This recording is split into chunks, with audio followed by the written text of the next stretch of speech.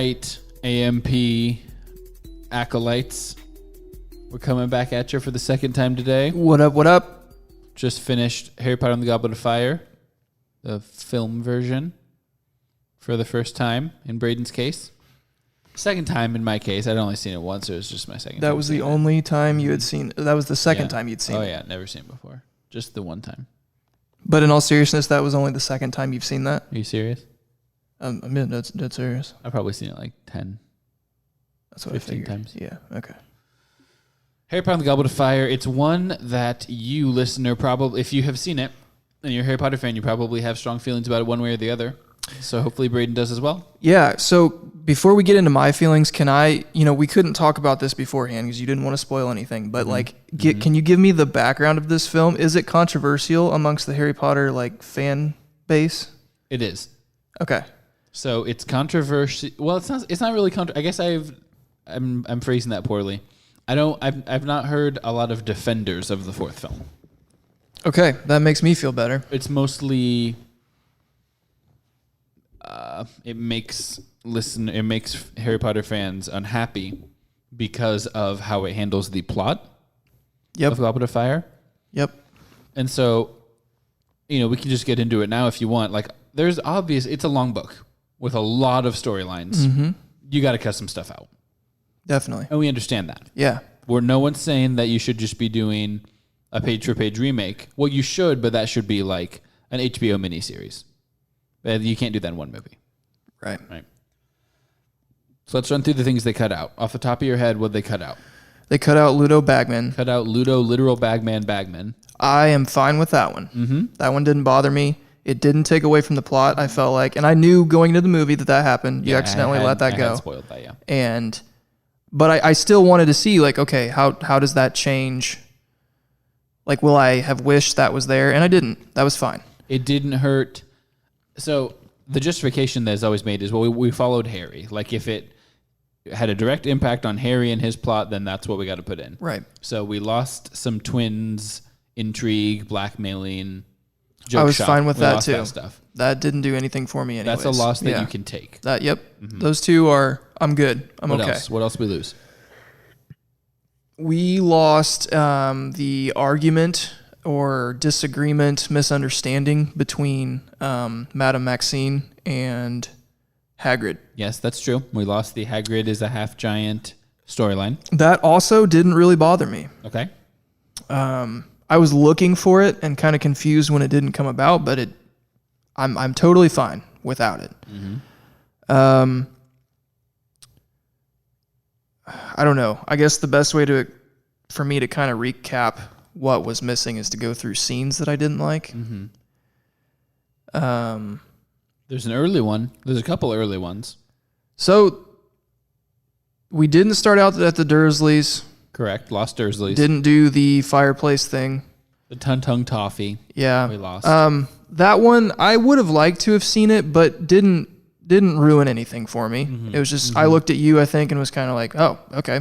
We're not doing that. Yeah, the first several times you looked at me, it was like, so we're just moving right along. Yep. Like the Muppets here. Yeah, it felt like we were moving really quick. And I was like, okay, well, this, like you said, this is a long book. There's a lot of plot here. You can't have it all. Mm-hmm.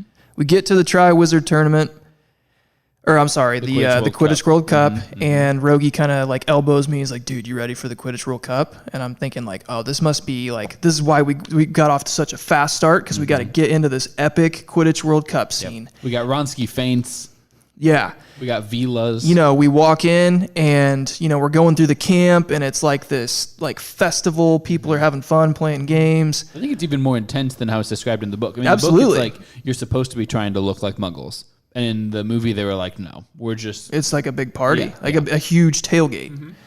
I don't mind that, yeah. Yeah, and I liked that. And so I'm like, okay, this is sick. This is leading up to this big Quidditch World Cup. And since we didn't get a whole lot of Quidditch in the third book, or in the fourth, I'm sorry. The third. Mm-hmm. I thought, okay, here's how they redeem themselves. Mm-hmm. We come in hot with Quidditch right from the beginning. We get into the stadium. We've got kind of the snarky remarks from Lucius and Draco Malfoy. Like being higher up isn't better for a Quidditch match? Right. So you've got that build up, and then they're introducing both the teams, and Crumb comes on the screen and everybody's freaking out, and then scene. Yeah. Then we're back in the tent. We're back in the tent. And even in the tent, it's like, and we're happy, and Death Eaters. Yep. Things are on fire. Mm-hmm. You can't even process how much we're skipping ahead. That's what it felt like through the whole movie for me. I felt like it was so choppy and just like, we're here, it's happening, and now we're here, and now this is happening, and we're done, and we're here.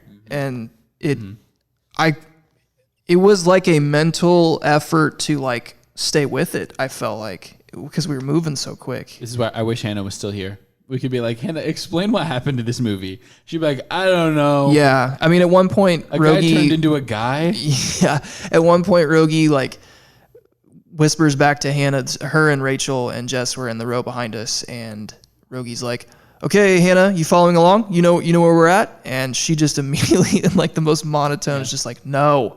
I was like, what do you think's going to happen? She goes, I don't know. I haven't seen the movie yet, Rogie. I don't know what's going to happen.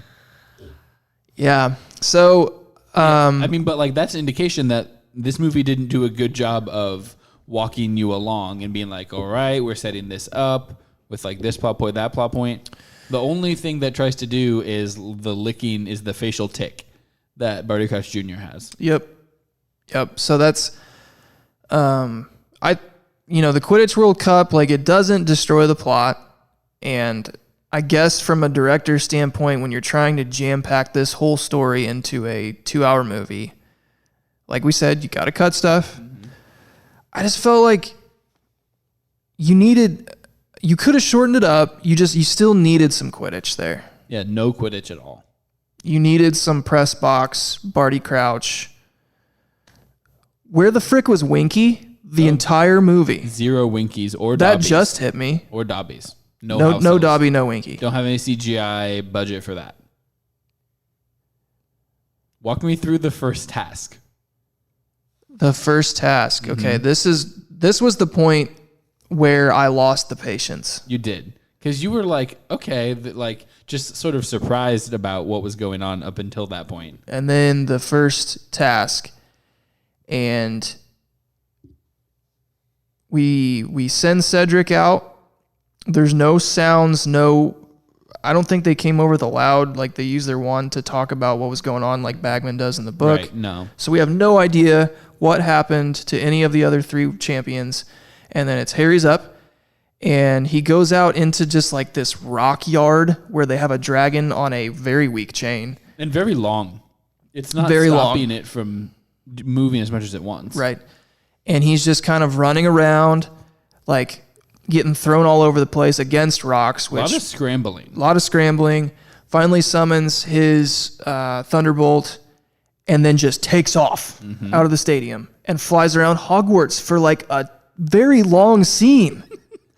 There's a lot of dragons scrabbling through the tiling. Like we are hanging on the side of a building at Hogwarts for at least 5 to 10 minutes. It feels like a very long time. It's not that long, but it felt like it. Right. And then he miraculously gets the Thunderbolt back and just jets back to the stadium, grabs the egg. You left out the crucial part, which is where Harry flies through a bridge and then the dragon just headbutts it. And that's how he beats it. That's how he beats the dragon. That's how he beats the dragon. And that's you looking at me and you're like, honestly, what's happening? Yeah. Like I said, that's where I lost my patience. I was like, I think I turned around to Rachel and said, what are we even doing? Yeah. I get that when you make a movie about a book, it's not going to be exactly the same. Mm-hmm. I get that. I accept that. This was not even close. And so like Prisoner of Azkaban we watched earlier today had a lot of stuff that was different. But I felt like you felt like it was for reasons that you could like make sense of, and it pushed things forward artistically. It did, and it never. I felt like it never pulled me away enough, like to where I was sitting there going like, "That's not how that happens." Mm-hmm. It was like, "Oh, okay, that's subtly different, and I'm not going to worry about it." Mm-hmm. which is how this one started. And then we got the farther we went along, I was just like, this is like they've completely changed the story for me. Yeah, they're not telling a story. They took a story. They're like, this is too big. We just got to chop pieces out and didn't reweave it back together into a coherent story. Yeah. So like my goal in talking about this is not to jump on the bandwagon of like, let's just tear apart Goblet of Fire. Mm-hmm. Like, I don't know who directed this or whatever, Mike Newell. Yeah, Mike. Okay, Mike, I'm not trying to like throw you under the bus. I'm sure he's taken definitely a listener. I'm sure he's taken a lot of heat over the years for this. I just felt like, I know that you got to cut a lot of stuff. I think you cut way too much, or altered too much. What did you think about the execution of the scenes that were in there? As far as the acting, as far as the directorial choices, cinematography, you at one point said we're zooming a lot. So yeah, I talked about the choppiness. I didn't like how we jump from scene to scene. I just didn't, like, I feel like transitions, you shouldn't notice them in most films unless they're just supposed to be abrupt. And I felt like everything felt so forced in this one. Just the transitions from scene to scene. Mm-hmm. Where were we going with the second? Yeah, the acting, the execution. I mean, what was in there? Because, and we can and will keep talking about they cut this and they cut that. Because, like, the people are here listening to you. They want to hear what you thought of it as someone that just read the book and then just watched the movie for the first time. That's the whole point. But I mean, was any of the acting? I mean, and maybe I should phrase it this way: what did you like about it? Were there performances that you liked? Were there just bits, or like they changed this, but at least the way they did it, like that scene in and of itself was done well? So I would say I felt that way about the second task. Okay. That wasn't really how I expected it to go either. It was very sped up. Mm-hmm. But I felt like what they did with it, knowing that like that is such a drawn out task and scene, you couldn't jam pack all the details from that into the movie. Yeah, and we just zoomed past what was already just dead time of Harry being like, they're still not here. I still have to go. Like, you just got all of that and you got what you needed and you left. Yeah. And I felt like the way they did that was perfectly fine. Mm-hmm. I felt good about the second task. Mm-hmm. I felt like it still kept within the vein of what the book said. You felt good about Neville stepping in for Dobby to give him the gillyweed? Yeah, that was a seamless switch. Yeah, I'm okay with that. And I think I liked it. I liked that we're getting Neville involved in the story. Mm-hmm. You said the word zoom, and that was the other thing I wanted to talk about from like a production standpoint. I thought the zooming in and out in this film was awkward. Yeah. There were scenes that felt like a cut out of The Office. Like Jim just made a like passive aggressive joke and like we're like zooming. I don't know. Not quite that like dramatic, but yeah. I don't know. I thought that was weird. Anyways, I liked the second task. I thought the Yule Ball was good. Mm-hmm. It hit the awkward 14-year-old not asking the girl to dance because he's annoyed about the other girl. Right. It got the vibe that it was going for.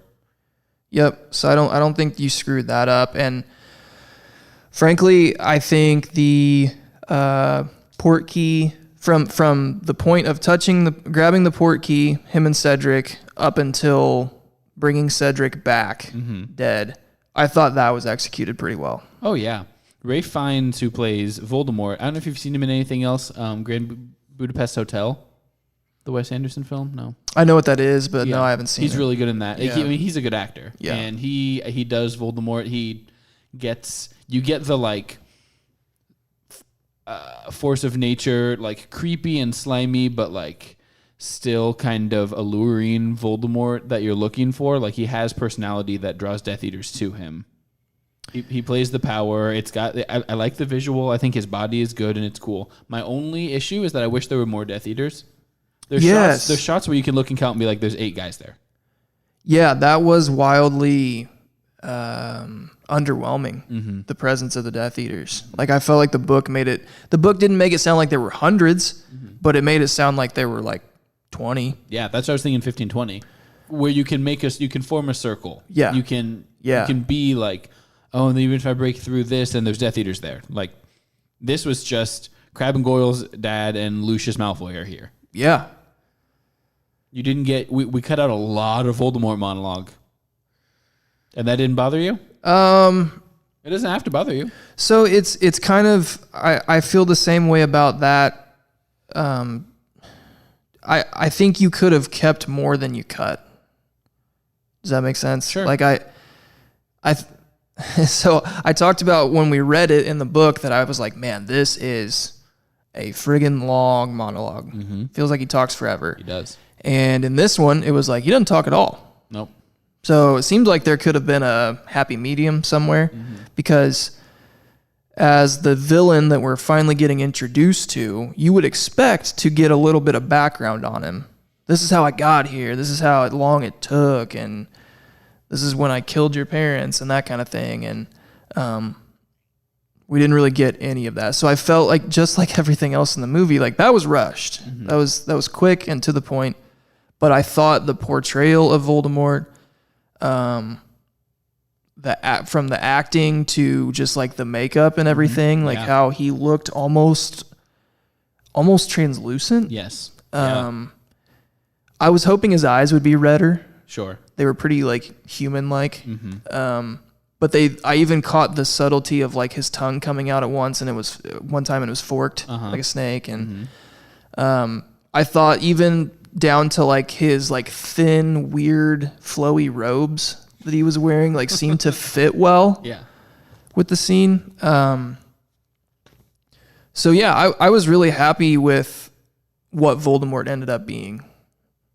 And I thought the manifestation of like the wands connecting and the force field, like that was well done. I think we both looked at each other at the point that Harry lets go of it and runs. That like that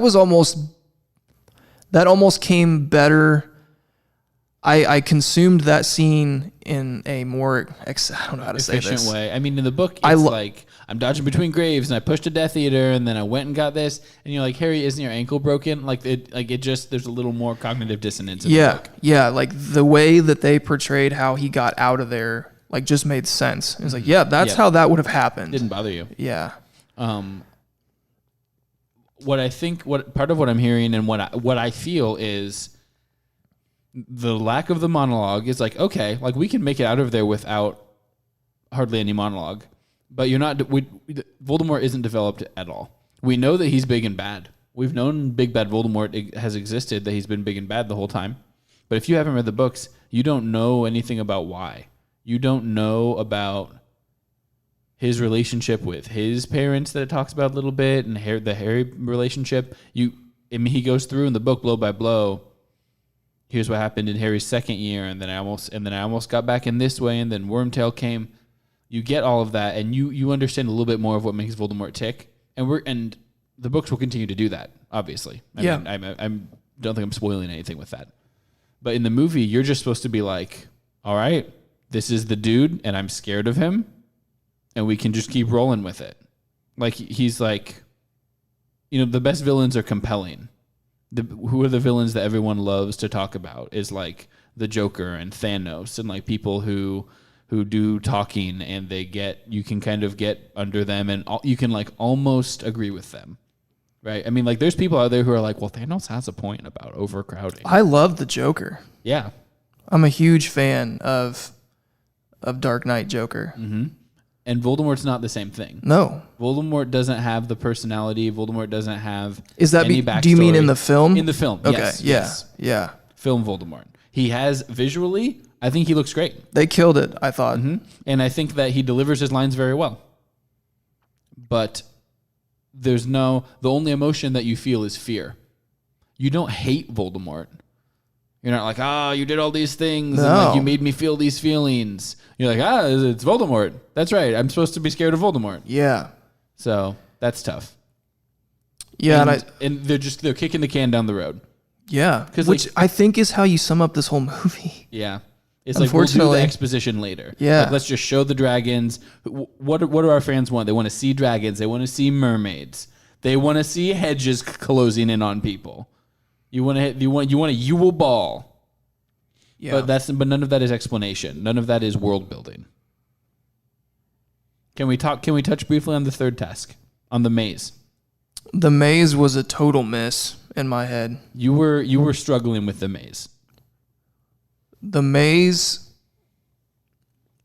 I felt like they didn't even try.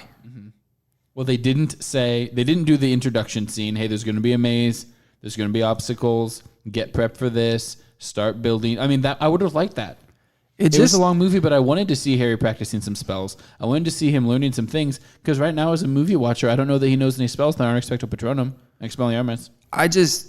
I already felt like in the book there was little going on in the maze, which you figured out at the end why. Right. But this was even worse. Like, Harry didn't have to face a boggart. There wasn't a huge spider. Why take out the spider? I don't know. You've had spiders in both of the last two films. It feels like they spent their entire CGI budget on the Voldemort evolution scene where he comes out of the goblet. The chocolate milk. Yeah. And so... And the dragon. They spent a lot on the dragon. That's true. Because it's not like it was a cut for time. Because you still spent quite a while in the maze. Yes. Running and looking and panting, and you're scared, and Crumb's eyes are very cloudy. You get all of that. You get a lot of it. You get minutes of it. And you can put 30 seconds of that time can be a spider. It can be a sphinx. You can't talk about Blasted and Scroots at this point, because we ignored them. I was totally fine. I really wanted... I forget what it's called, but when Harry walks into that mist and everything's upside down. It's just the mist, yeah. I don't think that would have been that hard. So, I don't know. I mean, it's easy from the seat of the theater goer to pick apart and critique a movie. Like, that's what we do. But it just felt like everything was rushed through. It was like, okay, you're sitting down to watch Harry Potter and the Goblet of Fire. You've probably read the book, so I don't really need to go into the details. Let's just cover the big events and let's do it quickly so we can get on to the fifth book. It doesn't feel loved and worked through in the way that something like Stranger Things, something like a Lord of the Rings movie, where it's like, man, I can see the passion and craft that was put into this. Like, the story is the story, but... Like, you really went down to the details and you sweated all this dialogue and you made sure it all made sense. Yeah. And we're on our third director in 3 movies. Maybe we're losing some continuity. We're losing some passion, maybe. It was a little less passionate. So the other thing I thought of, you made the comment, we were talking earlier today, and that the 5th book... You told me that it's a lot of times people's least favorite because it is just a lot of like... Don't worry, guys. I didn't spoil stuff. I was vague. I wasn't like, oh, it's because of this or that. No, we were kind of like mapping out how we were going to read through this one. Yeah.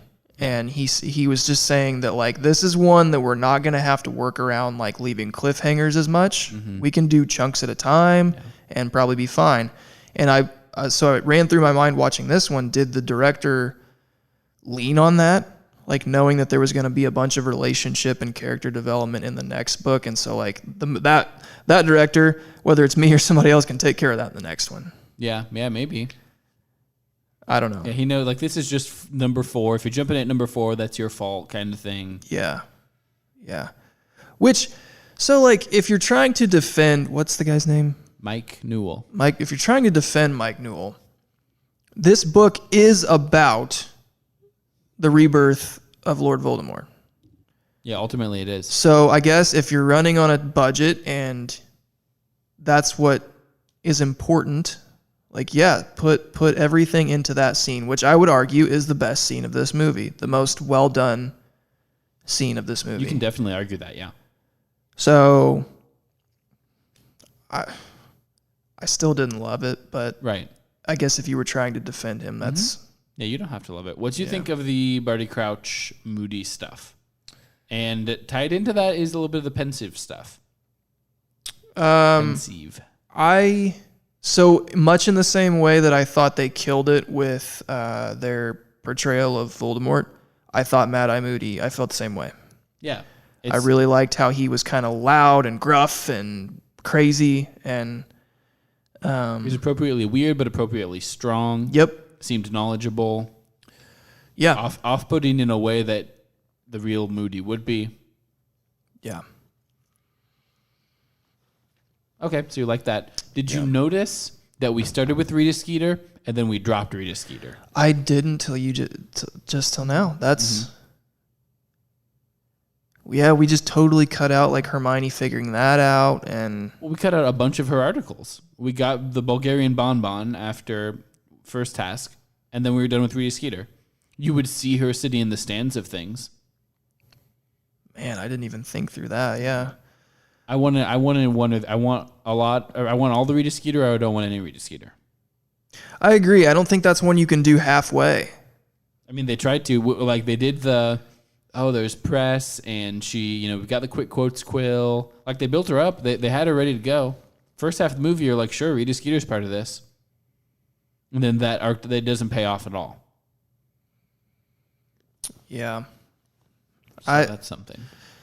I don't know. It was just, it felt like we were sprinting to the finish from the very beginning. Yeah, absolutely. And just, I don't know, having come off reading this book, that's not what I wanted. Mm-mm.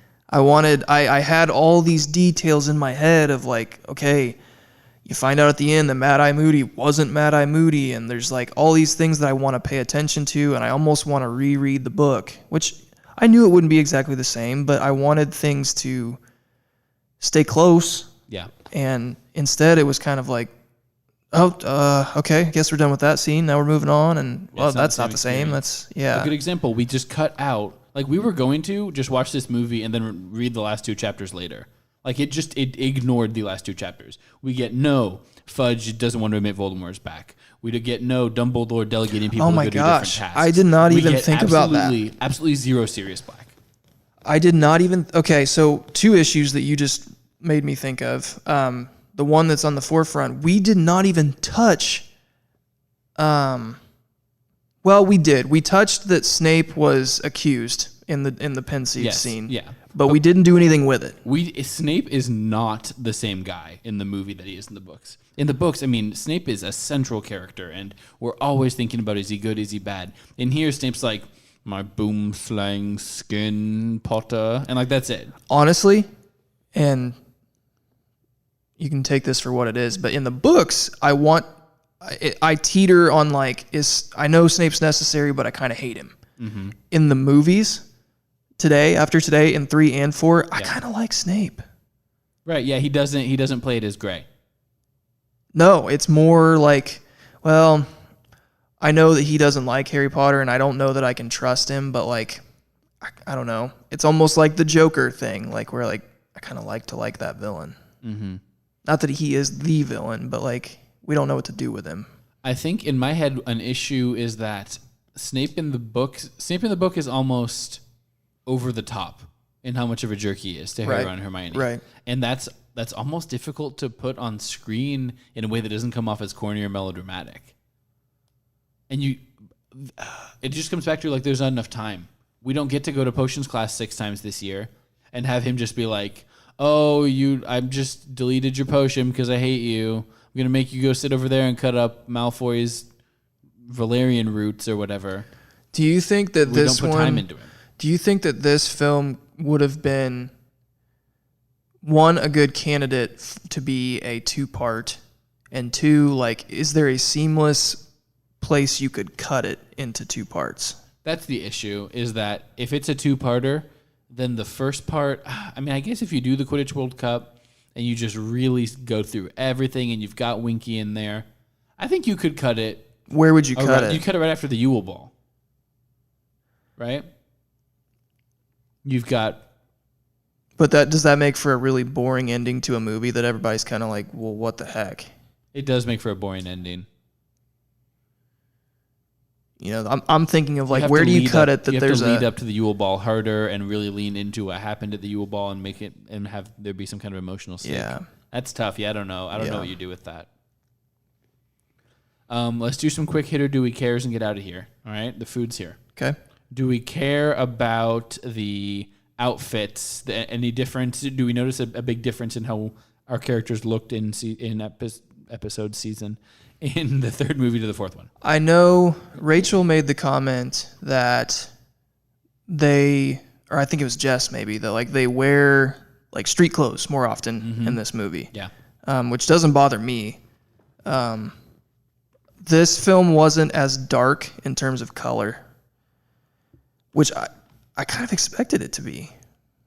Well, we had a little bit of issue with the color palette on what we were watching. Well, I know, but I I would say just in general, though, it wasn't as like right.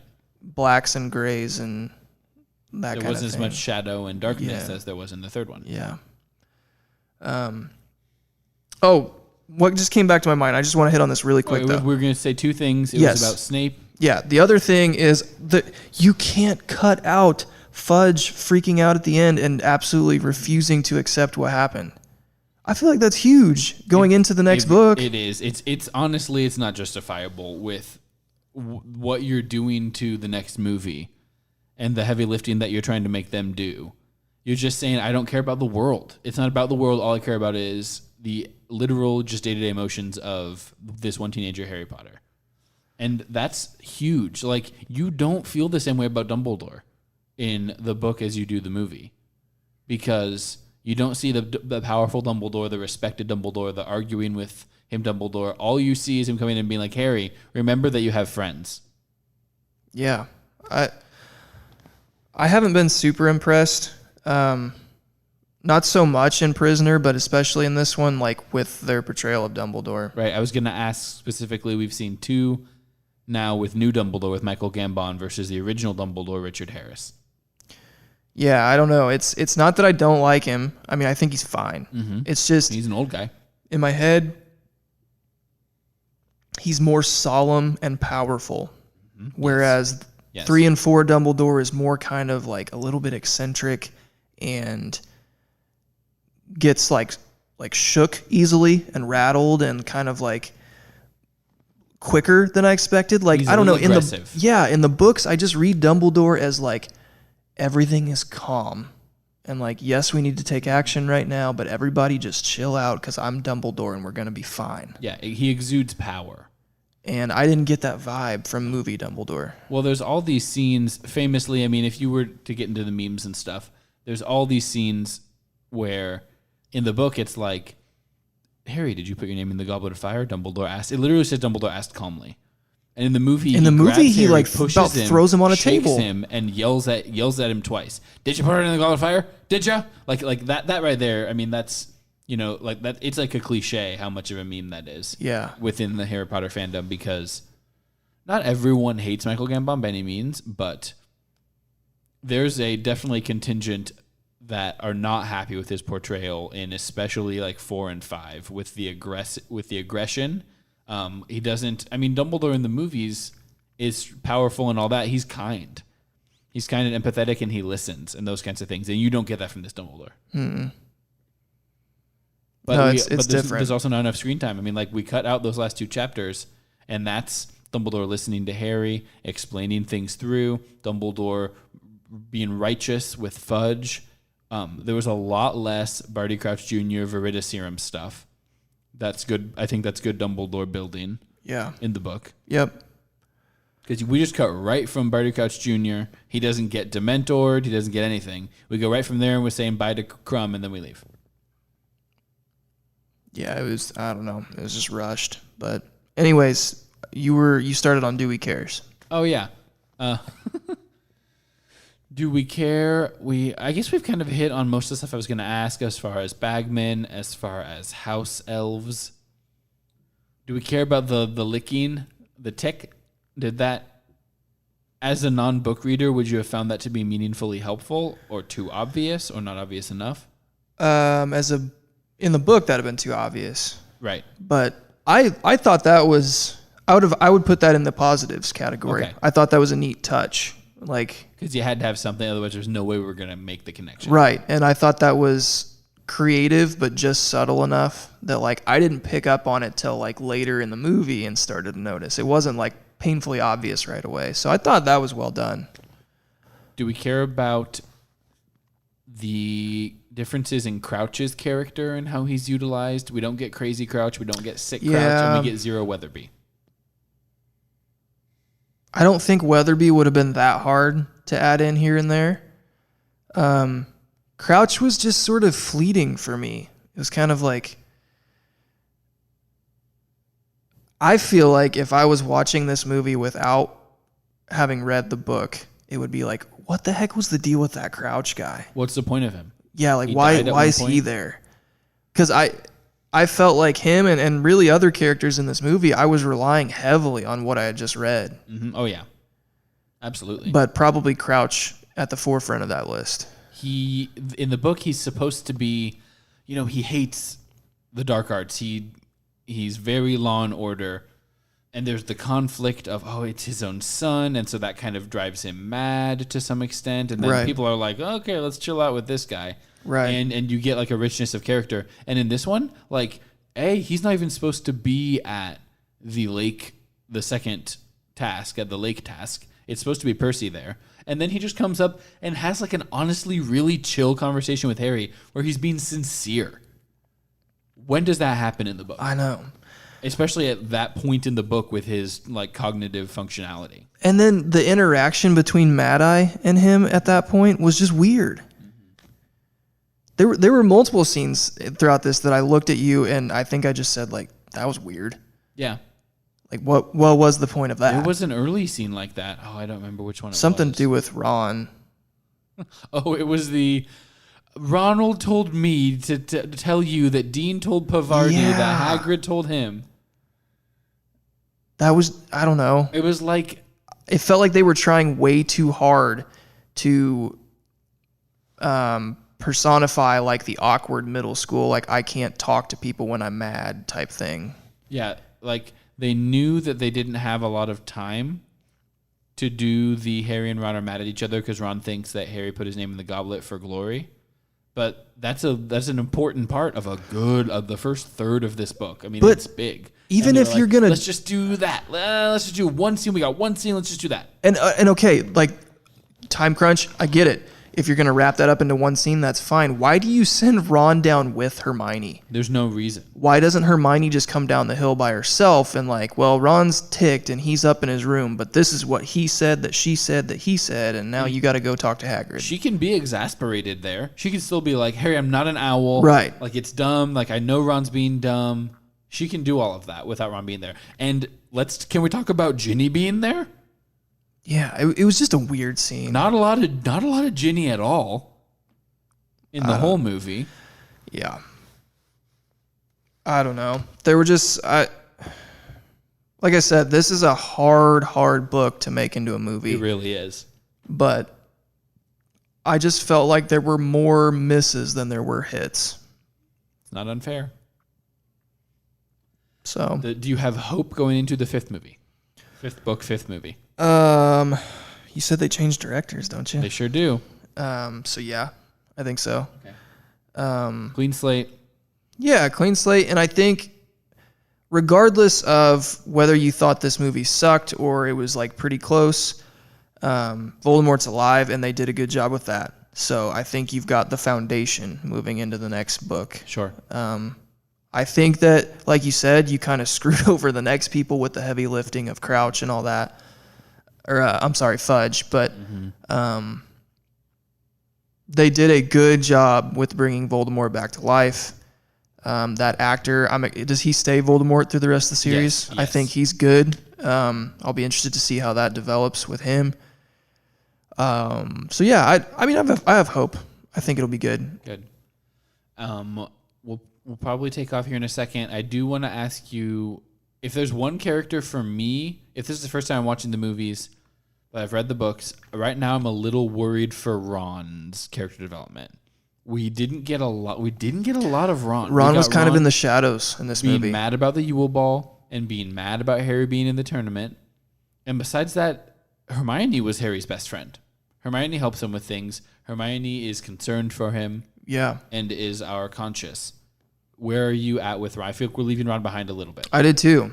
Yeah, I'm glad you said that. That's how this movie felt for sure. Like Ron was just in the shadows and kind of an afterthought. He's often present, but not often useful. Yeah, there were a ton of scenes where he's just part of the background. Mm-hmm. Like we get a scene or two, or a part of the scene, a second or two where we kind of get his facial expression or like, yep. It was like we were trying to make sure that the viewer was like, hey, Ron's here too. Yeah. But as far as like, I don't know, this book does a lot for development of Harry. I mean, every book does. Right. But, you know, Hermione with her stepping out and going to the Yule Ball with Crumb and all of that. Neville.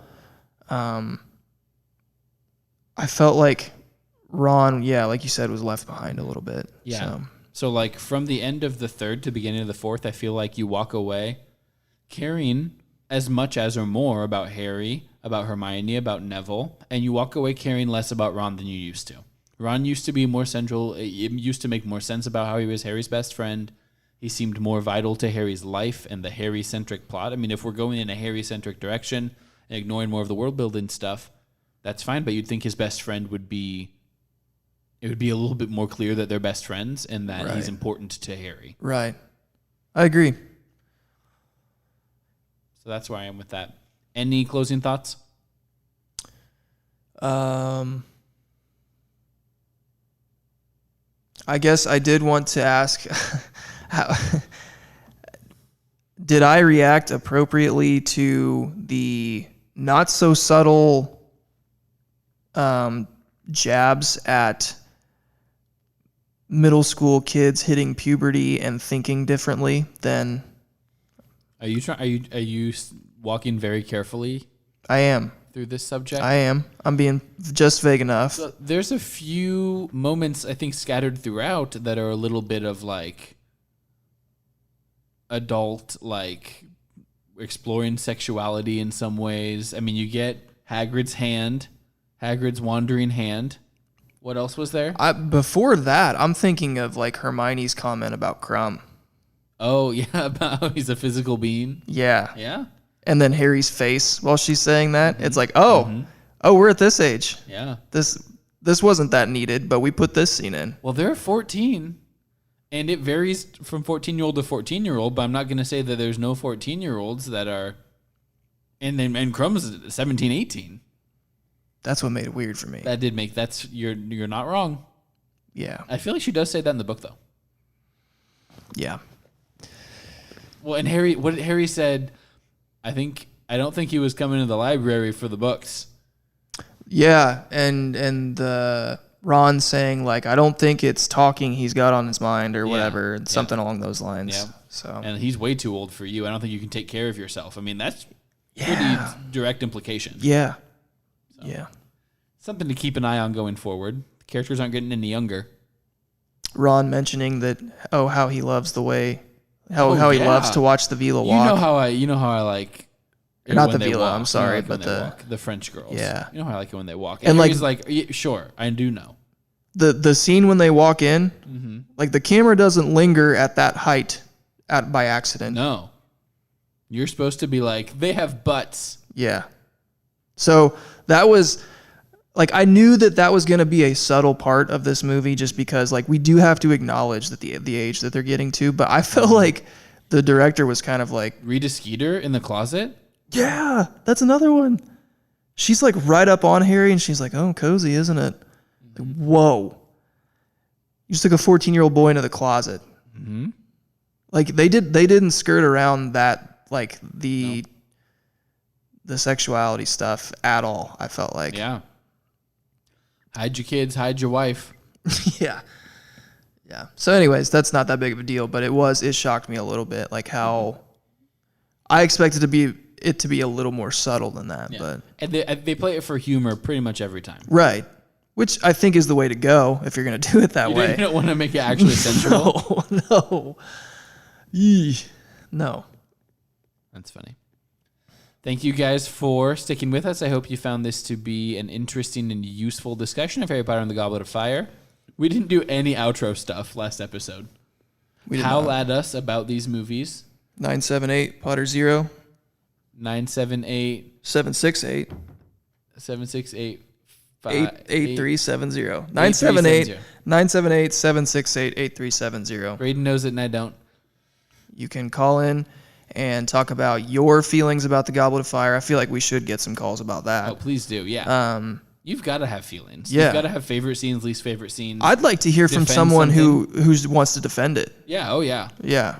Because I'm sure there are things that I'm not like seeing that like, hey, actually they did this really well and that kind of thing. Well, that's how it goes, is that the first time you're watching it, it can snowball. If you're not liking this and this, then that just puts you in a negative mindset about the rest of it going forward. And that's, no one blames you for that. I mean, that's just how it goes. So yeah, call in and defend that. We've been a little more active on Instagram, which by extension Facebook here lately. So please continue to hit us up there. We always appreciate your feedback. And yeah, we won't have another one of these for a little while, but hopefully we can do the 5th book and then get Braden here and watch the 5th movie and not wait 2 more books. Yep. That'll be the plan. So thanks, Jeremy. Thanks, Jessica. Thanks, Sylvius's. Yeah, for real. We'll see you guys next time when we have started Harry Potter and the Order of the Phoenix.